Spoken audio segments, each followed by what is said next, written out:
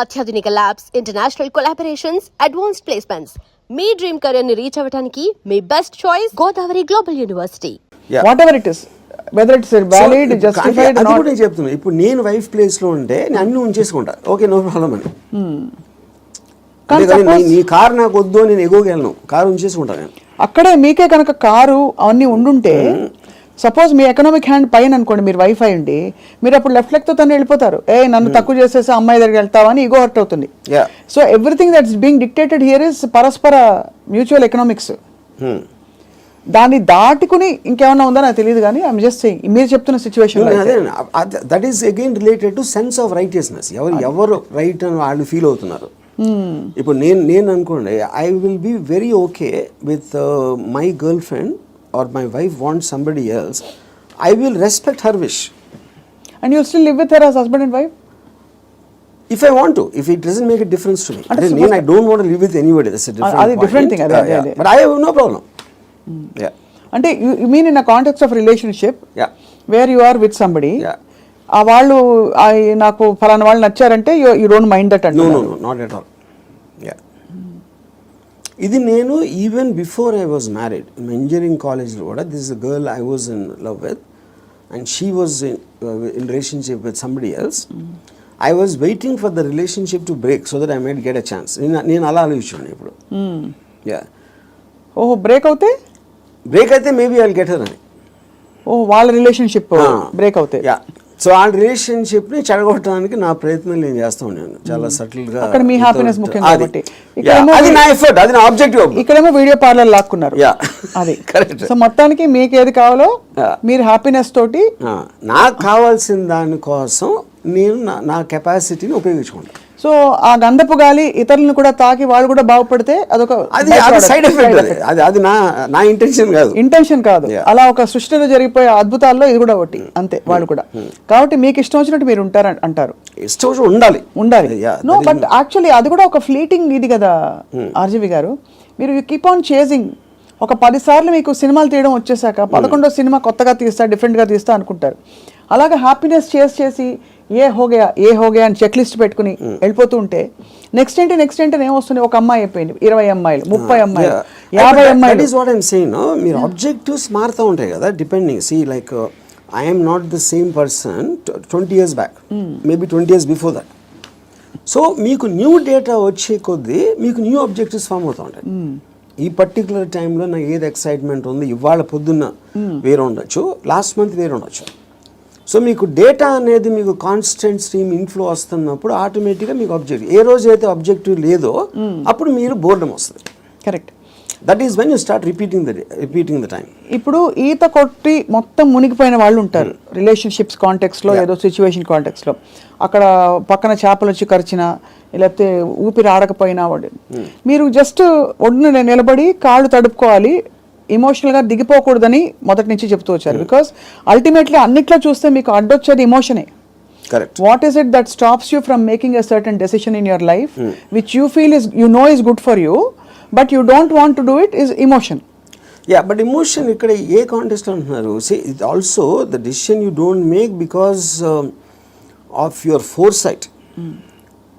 Of sometimes ఇలాంటి decision తీసుకుంటే ఇలాంటి అవ్వటానికి ఆస్కారం ఉంది అని ఆ కాన్సిక్వెన్స్ ని you might not want to bear. So అది అగైన్ సెల్ఫ్ సెంట్రిక్ అంటారు, self protective and self predicting instinct, capacity to foresee. So మీరు అనేది డెసిషన్ తీసుకోకపోవడం కూడా ఒక్కోసారి not just emotion but your ability to say that అమ్మో ఈ డెసిషన్ తీసుకుంటే నాకు ఇలా అవ్వచ్చు, అల్టిమేట్లీ నేనే మళ్ళీ సఫర్ అవుతాను, అంతేనా? ఇప్పుడు ఫర్ ఎగ్జాంపుల్ నేను నా డివోర్స్ అయినప్పుడు నేను any decision related to someone else, somebody will get hurt. ఇప్పుడు ఆ హర్ట్ని I will have to measure it against my hurt, my whatever my feelings at that time. అప్పుడు నేను ఒక 7-8 years నేను నా డాటర్ని కూడా చూడలేదు. Various reasons. ఎందుకంటే I was so busy in Bombay and I am not a person who is into children at all. So అప్పుడు ఎందుకు she was maybe తను 8 ఎంత ఉంటుంది, ఒక 15-16 వచ్చిన తర్వాత ఫస్ట్ టైం నేను మాట్లాడాను. నేను ఎలా మాట్లాడాను, అసలు నేను అలాంటి నాకు ఒక గుడ్ క్యారెక్టర్ చెప్పడానికి కానీ నేను అనుకున్న దానికన్నా వర్స్ట్ పర్సన్. నీకు విన్నదానికన్నా నీకు ఎవరన్నా చెప్పిన దానికన్నా నేను నా గురించి తప్ప ఎవరి గురించి ఆలోచించాను. ఇది మా ఫస్ట్ లైన్ నేను చెప్పింది 8 ఏళ్ళేగా. అది ఎందుకు చెప్పాను, ఇట్స్ ఎ క్యాలిక్యులేటెడ్ థింగ్. ఇప్పుడు నేను తన దగ్గర నా రెప్యుటేషన్ మంచిగా ఉండాలి అని నా ఎమోషన్ అయినప్పుడు నేను అలా చెప్పాను కాదు కదా. I don't care what she thinks about me. Correct. So I want to be truthful. ఇది నేను అని చెప్పాను.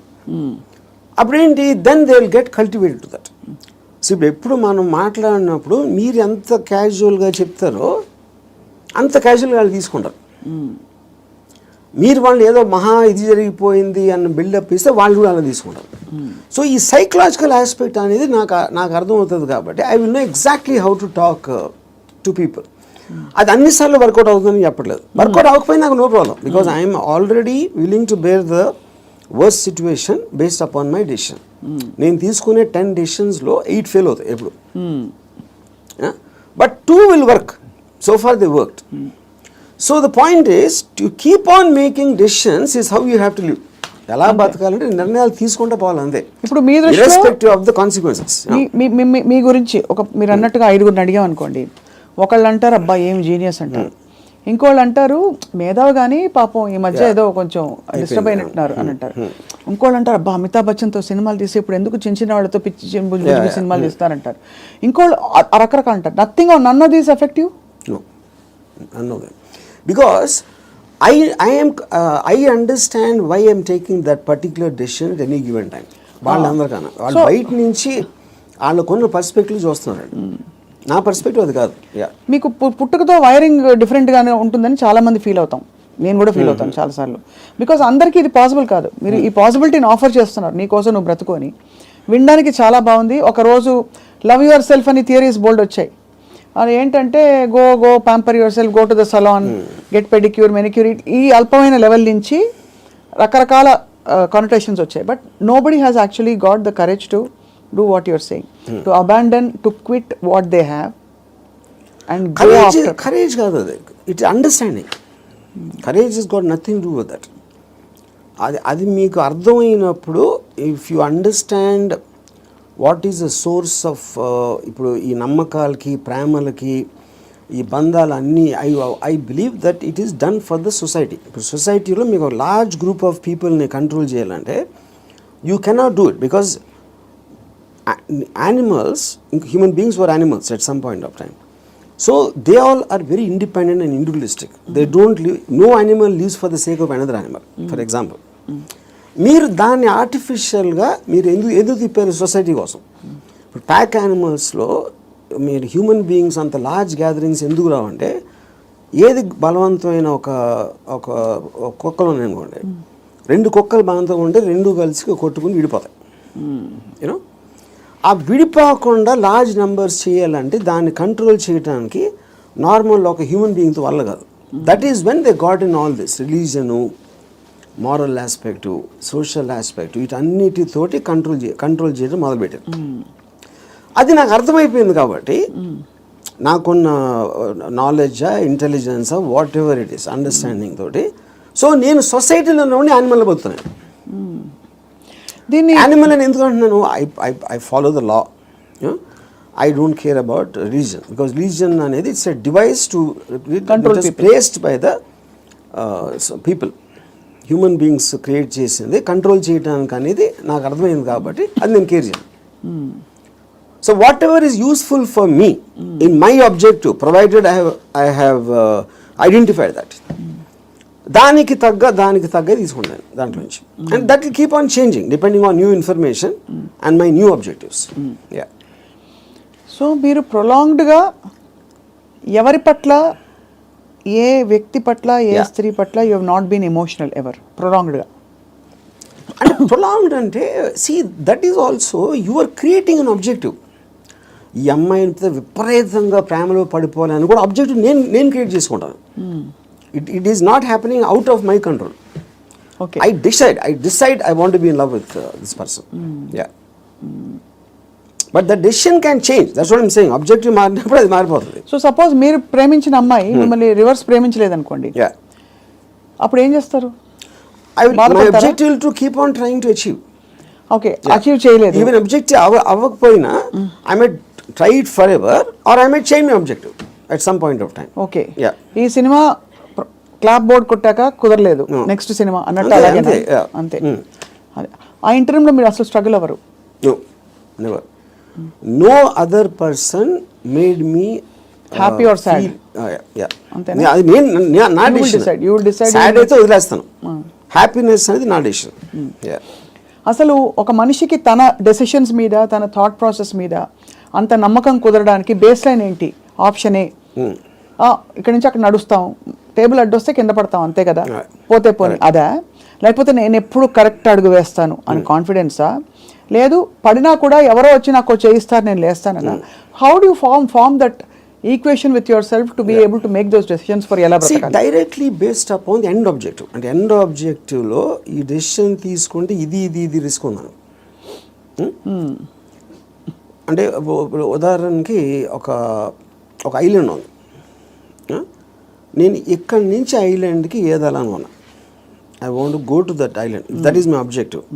మధ్యలో వాటర్ ఉంది. వాటర్లో షార్క్స్ ఉండొచ్చు, లేకపోతే తుఫాన్ రావచ్చు, లేకపోతే పెద్ద అల రావచ్చు, ఏదన్నా ఈతున్నప్పుడు నా శక్తి అయిపోయినా మునిగిపోవచ్చు. ఇలాంటి 5-6 ఉన్నాయి. But if my objective is to go there, I will just weigh the risks against the pleasure I will get when I reach the island. మీరు కారు ఫాస్ట్గా తోలితే యాక్సిడెంట్ అవడానికి ఛాన్స్ ఉంది. కానీ if you are weighing the thrill of driving the car fast, that outweighs that you're willing to take the risk. అదొకటి. రెండోది, మీరు ఇప్పుడు ఒక గోడ ఉంది అనుకోండి, 4 feet ఉంది height, 4 feet height 1 foot width ఉంది. నేను నడవమంటే విల్ వాక్. అదే 1 foot విడ్త్ ఉండి 8 feet చేస్తే you won't walk so fast. 12 feet చేస్తే ఒక్కొక్క అడి వేస్తారు, 16 feet చేస్తే నడవరు అసలు. So the height of the risk is increasing, width is the same. Me first ability కూడా ఇక్కడే ఉంది. సో ఈ డెసిషన్కి మీరు ఎంత కాన్సిక్వెన్స్ అనేది that is weighing against your desire to do that. So would you actually say in some sense, మీరు philosophy ఇంత మాట్లాడతారు కాబట్టి ఈ whole process of finding your ఎలా బ్రతకాలి అదే సెల్ఫ్ యాక్చువలైజేషన్ అంటారా? Definitely, yeah, I would say that. I mean, see, that is what, and first of all, for you to be honest to yourself and to understand yourself is the first requisite. అదే కదా whole. మీరు చెప్పుకోగలటం అనేది biggest thing. So true. Yeah. అది చెప్పుకోగలిగితే it's half the battle won. At least you know your pain points and your pressure points, అక్కడే తగలడ్డా కూడా అంతేగా. అది ఈ ప్రాసెస్లో an interesting question comes up. Time మన చేతుల్లో ఉండదు. టైం ఒక్కటే లిమిటెడ్. డబ్బులు పోతే సంపాదించవచ్చు, మనుషులు పోతే కూడా వేరే మనుషులు వస్తారు లైఫ్లోకి, అవన్నీ ఓకే, కరెక్ట్. బట్ టైం అన్నది తిరిగి రానిది. టైం కాంటెక్స్ట్ ఎలా అప్లై అవుతుంది, ఎలా బ్రతకాలి క్వశ్చన్లో? సో ఇప్పుడు టైం ఇక్కడ టూ కాంటెక్స్ట్ అన్నాడు. ఒకటి టైంకి రిలేటెడ్ ఏజ్ కూడా ఉంది, రైట్. సో ఇప్పుడు నేను when I'm at a certain age, what am I am a sum total of my experiences till that time.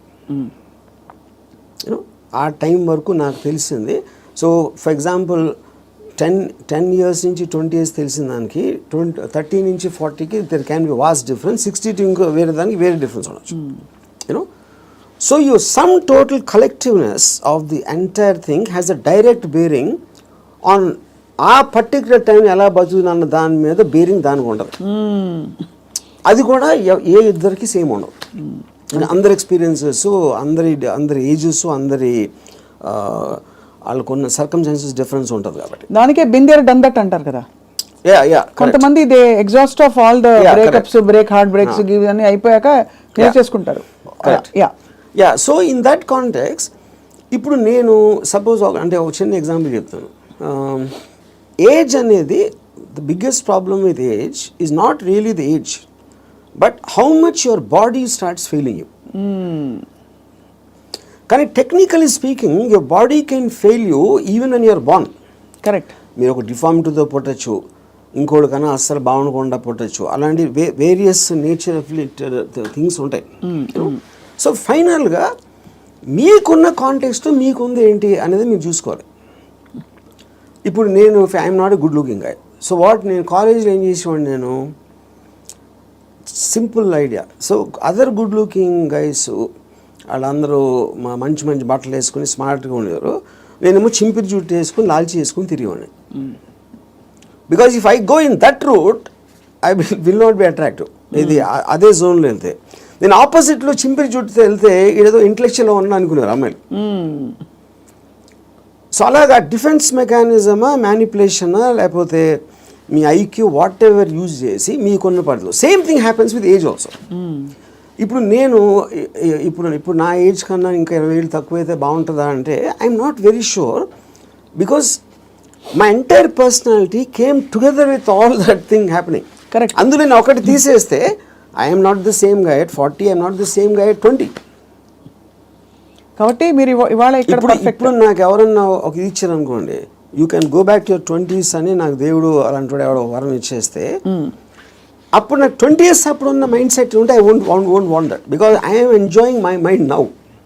I don't think I will be able to enjoy the mind when I was in my 20s. So RGV అనే ఏజ్కి డెత్కి భయపడటం. See death is a mystery actually.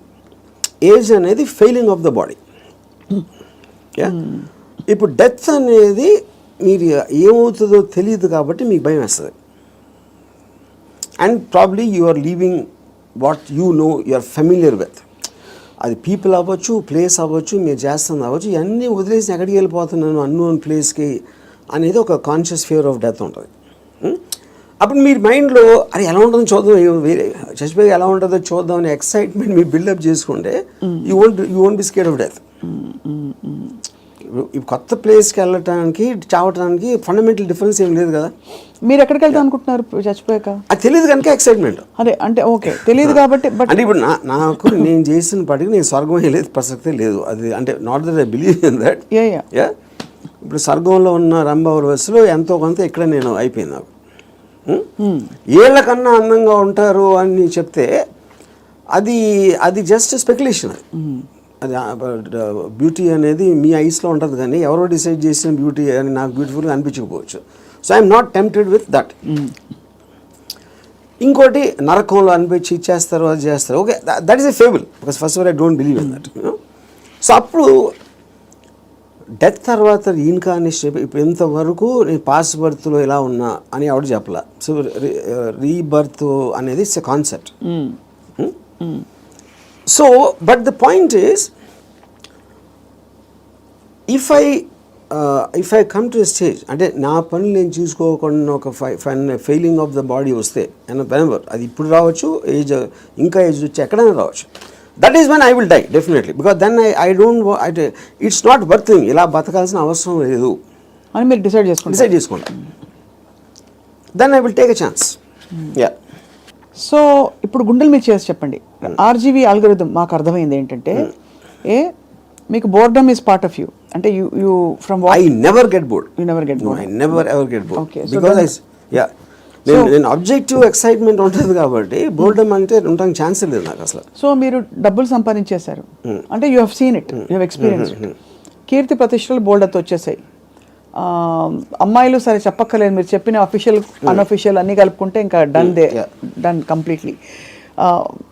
మీకు ఇష్టమైనవన్నీ మీ vodka అది ఇది మీరు ఓపెన్గా చెప్పేశారు. You actually almost pushed yourself to the peaks of happiness in every sphere. What happens after that? See, first of all, దానికి ఎండ్ ఉండటం అనేది that is not the right supposition. Because emotion is a constant source of enjoyment. You know, so you could be అంటే మీకు anticipation excite మీరు objective create చేస్తున్నారు కాబట్టి that is an unending thing. It is not about అమ్మాయిలు, it's not about డబ్బు, it's not about correct. మీ ఇప్పుడు మీకు ఇష్టం వచ్చింది చేయటానికి మీకు డబ్బు కావాలి. It's a means. So in my case, let us say one of the things, most important thing is making the film. ఆ ఫిలింలో నేను ఒక స్టోరీ చెప్పడానికో షార్ట్ తీయటానికో నేను ఎక్సైట్మెంట్ ఫీల్ అవుతాను. So that is my mode of communication with whoever wants to listen to that. Right. Similarly me enjoying A women's beauty is a constant source. అది okay, అది ఒకే అమ్మాయా చాలామంది అమ్మాయిలు అనేది that's again separate this thing. So whatever I enjoy, whatever gives me an emotional high, that is a constant. Emotion is something you repeat it, like I drink every day, for example. Every day I have an anticipatory excitement about my first drink. Eన్ని years నుంచి? More than 40 years.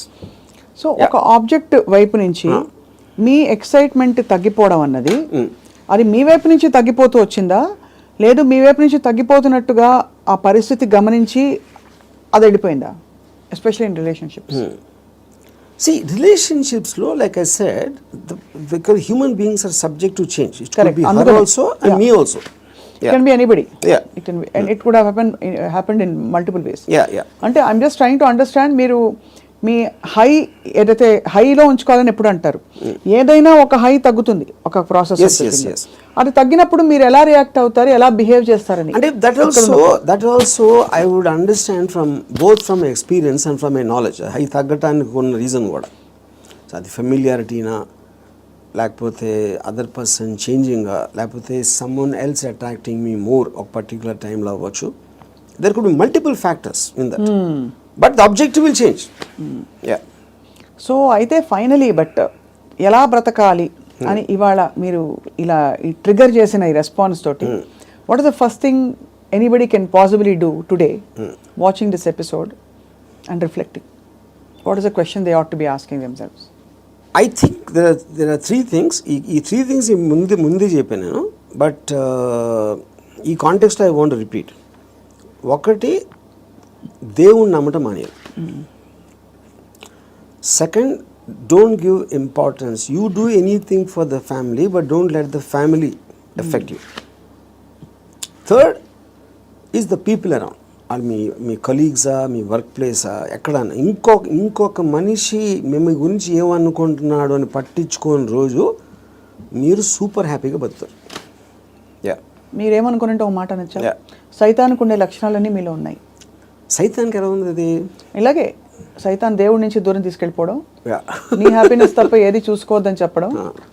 And సైతాన్ చెప్తాడు అది. ఏ సైతాను? ఇప్పుడు ఆర్జీవి అనే సైతాన్, but in the holy scriptures apparently it's been mentioned that this is how Satan influences you అని చెప్పి.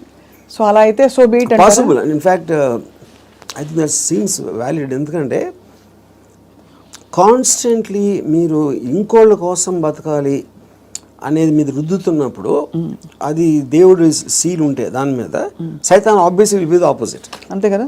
And I'm very glad you're calling me సైతాన్. So I take that as a award, ఒకటి compliment. Compliment. But valid points, valid 3 aspects చెప్పారు to free yourself from these burdens, from God, family and people around. అది so ఆ విధంగా. ఇంకోటి, వేరే వాళ్ళ importance మీ లైఫ్లో మీకు మీ హ్యాపీనెస్కి యాడ్ చేస్తే మాత్రమే వ్యాలిడిటీ. అంతే. ఆ పర్సన్ ఎవరైనా మీ దాన్ని సబ్ట్రాక్ట్ చేస్తే he or she should be out of your life. Great. Thank you RGV గారు. ఇవాళ ఐ థింక్ మా కెమెరా టీం అందరూ కూడా పనులు పక్కన పెట్టేసి ఇదే పనిలో ఉంటారు ఇవాళ. ఏమన్నారు అంతేనా? అందరూ అలా. ఎందుకంటే they are too programme for such a long time. అందుకని చాలామంది నా దగ్గరికి మీలాగా బతకాలి సార్ ఒక రోజైనా అని అంటారు. చాలామంది కామన్ లైన్ వాడతారు. అప్పుడు బతికే ఎవరు వదలరు. నువ్వు ఎలా బతకాలో నీ డెసిషన్ కదా అది. నువ్వు అది కోరుకోవటం ఏంటి? అది నీ లోపల ఉన్నది. నువ్వు ఒక్క సెకండ్ డెసిషన్ తీసుకోవడానికి మీలాగా బతికితే బాగుంటుంది సార్ అంటారే. So I think there because there ఇప్పుడు మీరు కోర్ట్ వినటానికి దాన్ని ఆ కోర్టులో ఉన్న ఒక ట్రూత్ని అప్లై చేయడానికి చాలా డిఫరెన్స్ ఉంటుంది. అంతే. బట్ ఇవాళ ఐ థింక్ కోర్టు వినడం వరకు అయితే స్టార్ట్ అయింది. అప్లై చేసుకుంటారో లేదో వేచి చూద్దాం. లేకపోతే 2-3 నెలల తర్వాత మళ్ళీ ఇదే టాపిక్ మళ్ళీ మాట్లాడదాం repeat. But I honestly believe nobody will ever. ఎందుకంటే నాకు ఎప్పుడు అర్థమైందంటే Ayn Rand objectivistic philosophy it came in 1964. అవును. అంటే మీకు దాదాపు 70-80 సంవత్సరాలు అయిపోయింది ఆ బుక్ వచ్చి. ఇప్పటికీ ఐన్ ర్యాండ్ ఫిలాసఫీ అర్థం చేసి నేను కావాలి. ఏది అన్ని మిలియన్స్ ఆఫ్ కాపీస్ అమ్మేసి అంత పెద్ద most successful writer of all time అని వచ్చినా అందరు కోట్ చేస్తారు ఐన్ ర్యాండ్. ఐన్ ర్యాండ్ ఏం writer, but no one seems to understand. With due respect to her and due compliments to you, I think from the little we have seen of Ayn Rand through her Yeah. books and her videos, you are happier than her. That I'm. అది నేను ఎందుకు happy అంటే Ayn Rand కన్నా ఎక్కువ Ayn Rand still had expectations.